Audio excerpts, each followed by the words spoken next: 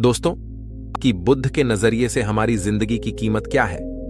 हम में से बहुत से लोग अपनी जिंदगी की वैल्यू नहीं समझते और अपने जीवन को ऐसी चीजों में बर्बाद कर देते हैं जिनसे हमारा नुकसान ही होता है। कुछ लोग अपनी जिंदगी शराब के पीछे बर्बाद कर देते हैं, तो कुछ लड़कियों के चक्कर में, और कुछ अपनी सारी जिंदगी पैसा पैसा करके बर्बाद कर देते हैं। एक बार की बात है, गौतम बुद्ध अपने शिष्यों को जिंदगी से जुड़ी अच्छी बुरी चीजों का ज्ञान दे रहे थे। सभी शिष्य उनकी बातों को बहुत ध्यान से सुन रहे थे। उन सभी में एक शिष्य ऐसा था जिसे प्रश्न पूछने की बहुत आदत थी। वो उठकर गौतम बुद्ध के पास गया और उनसे बोला, आप हमें जिंदगी के बारे में जो कुछ सिखा रहे हैं उस सब का क्या फायदा, क्योंकि हम में से बहुत से बच्चों को यह भी नहीं पता कि हमारे जीवन का मूल्य क्या है और ये जीवन हमारे लिए कितना कीमती है। पहले आप हमें ये बताइए कि इस जीवन का मूल्य क्या है। अपने शिष्य की बात सुनकर गौतम बुद्ध अपने कक्ष में गए और एक चमकता हुआ पत्थर का टुकड़ा लेकर आए। वो टुकड़ा उन्होंने अपने शिष्य को दिया और बोले, मैं तुम्हें इस जीवन का मूल्य तब बताऊंगा जब तुम इस पत्थर का सही मूल्य पता लगाकर आओगे। साथ ही ये ध्यान रखना कि तुम्हें ये पत्थर का टुकड़ा किसी को बेचना नहीं है। गौतम बुद्ध की बात मानकर वो शिष्य बाजार की तरफ चला गया। बाजार में सबसे पहले उसकी नजर एक फल बेचने वाले पर पड़ी और उसने वो पत्थर उस फल वाले को दिखाया और बोला, इस पत्थर के बदले आप मुझे कितने फल दे सकते हो? फल वाला बोला, ये पत्थर कुछ खास तो नहीं है, लेकिन फिर भी इसके बदले में तुम्हें 10 केले दे सकता हूं। वो शिष्य उस पत्थर को लेकर आगे चला गया। फिर उसे एक सब्जी वाला मिला। शिष्य ने उस सब्जी वाले से उस पत्थर की कीमत पूछी। सब्जी वाले ने उस पत्थर को ध्यान से देखा और बोला, इस पत्थर की कीमत के बदले में तुम्हें ज्यादा से ज्यादा एक बोरी भरकर सब्जियां दे सकता हूं। इसके बाद वो शिष्य उस पत्थर को लेकर एक सोने के व्यापारी के पास गया। उस पत्थर की टुकड़े की चमक देखते ही उस सुनार ने उसकी कीमत 100 सोने के सिक्के लगाई। शिष्य ने वो टुकड़ा बेचने से मना किया तो वो सुनार उसके बदले 200 सोने के सिक्के देने को भी राजी हो गया, लेकिन शिष्य ने वो पत्थर नहीं बेचा।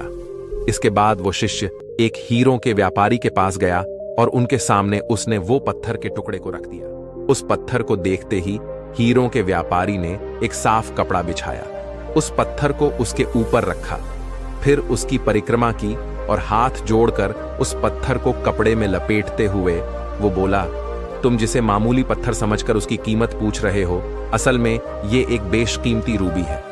ऐसा रूबी हर किसी को नहीं मिलता। मैं अगर अपना सब कुछ बेच भी दूं तो भी इसकी कीमत नहीं चुका सकता।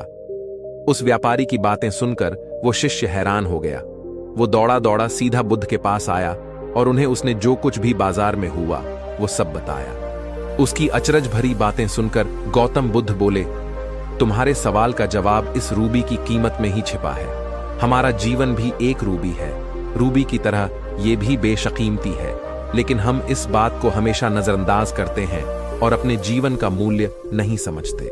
हम दूसरों को देखकर और उनके जैसा जीवन जीने की कोशिश में अपने जीवन की कीमत को कम कर देते हैं। हम ये सोचते हैं कि हमारी जिंदगी की कीमत वही है जो दूसरे हमें बताते हैं, लेकिन ये बात हमेशा ध्यान रखना कि सामने वाला अपनी हैसियत, बुद्धि और अपनी समझ के हिसाब से तुम्हारी कीमत लगाता है। जिंदगी सिर्फ एक बार मिलती है, इसलिए इसको बर्बाद ना करें। अपनी जिंदगी को उतना ही कीमती समझें जितना कीमती आप अपने बैंक में रखें रुपयों को समझते हैं।